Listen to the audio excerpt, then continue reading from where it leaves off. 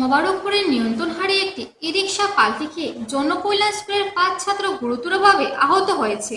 প্রত্যক্ষদর্শী এবং আশপাশের জনগণ তাদের উদ্ধার করে স্থানীয় সিভিল হাসপাতালে প্রেরণ করেন।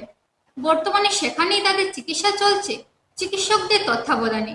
চিকিৎসা কেন্দ্রে পরে ছুটে যান পরিচিত জন।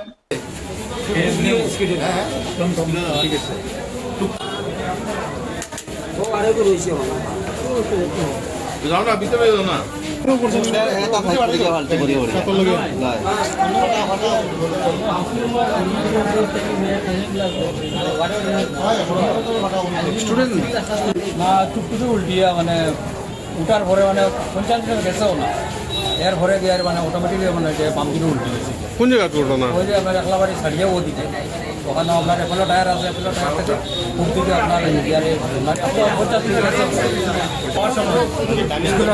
কতজন ছাত্র আছেন? হ্যাঁ, ছাত্র কতজন আছেন? ছাত্রা আছেন তারা 5 জন আছে, তারা 5 জন আহত 5 জন হয়েছে। एक्चुअली किती हेअर स्टुडंटরা টুকটুকি যাওয়ার থাকে 6-7টা স্টুডেন্ট আছে।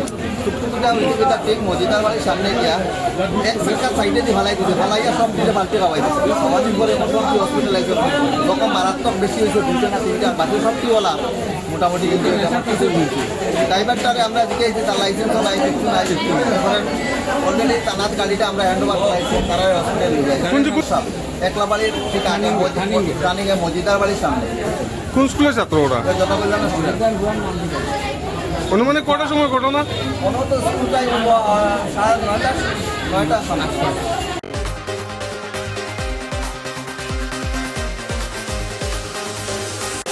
এমকেএসএন রিপোর্টার আজ এ পর্যন্তই। আগামী দিন একই সময় একই চ্যানেলে আবারও দেখা হবে। নমস্কার।